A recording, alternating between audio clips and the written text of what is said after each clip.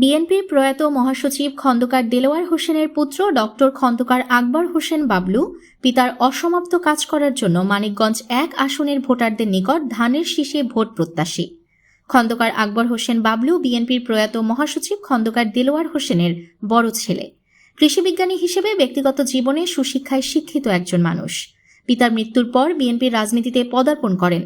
মানিকগঞ্জ জেলা বিএনপির সাবেক সহসভাপতি ও বর্তমান আহ্বায়ক কমিটির সদস্য বাবলু আগামী জাতীয় সংসদ নির্বাচনে মানিকগঞ্জ ১ আসনের বিএনপির মনোনয়ন প্রত্যাশী। তাই নির্বাচনকে সামনে রেখে গণসংযোগে ব্যস্ত সময় পার করছেন তিনি। একই সঙ্গে জনগণের দোরগোড়ায় গিয়ে তারেক রহমান ঘোষিত রাষ্ট্র কাঠামো মেরামতের ৩১ দফার প্রচারণা চালিয়ে যাচ্ছেন। পিতা খন্দকার দেলোয়ার হোসেনের রাজনৈতিক দর্শন নিয়েই পথ চলছেন। জনগণের ভালোবাসা আর দলীয় সমর্থন নিয়ে তার পিতার আসনটি পুনরুদ্ধার করতে চান তিনি।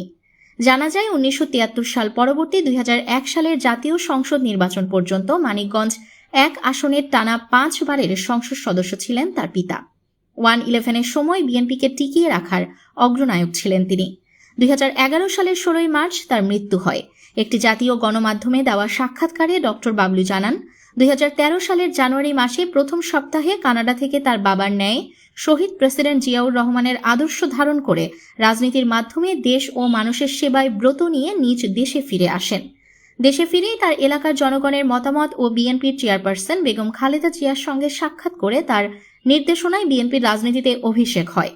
বিএনপি চেয়ারপারসনের নির্দেশনা পাওয়ার পর থেকেই পিতার নির্বাচনী এলাকার ঘিওর, দৌলতপুর ও শিবালয় উপজেলার দলীয় নেতাকর্মী, সমর্থক ও সাধারণের মাঝে ব্যাপক গণসংযোগ অব্যাহত রয়েছে দীর্ঘদিন ধরে।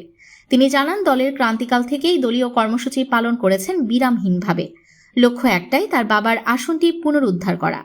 বাবলু বলেন, শুধু নির্বাচনকে সামনে রেখেই নয়, দীর্ঘদিন ধরেই আমি নির্বাচনী এলাকার সাধারণ মানুষের পাশে আছি, রাজনৈতিক কর্মকাণ্ড চালিয়ে যাচ্ছি।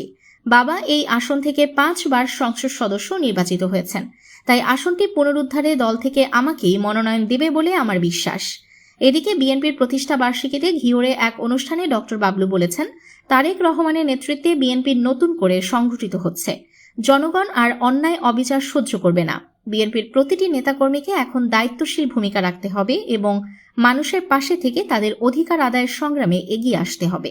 সেই সঙ্গে সকলকে জনগণের দোরগোড়ায় গিয়ে তারেক রহমান ঘোষিত রাষ্ট্র কাঠামো মেরামতের ৩১ দফা বুঝিয়ে বলতে হবে।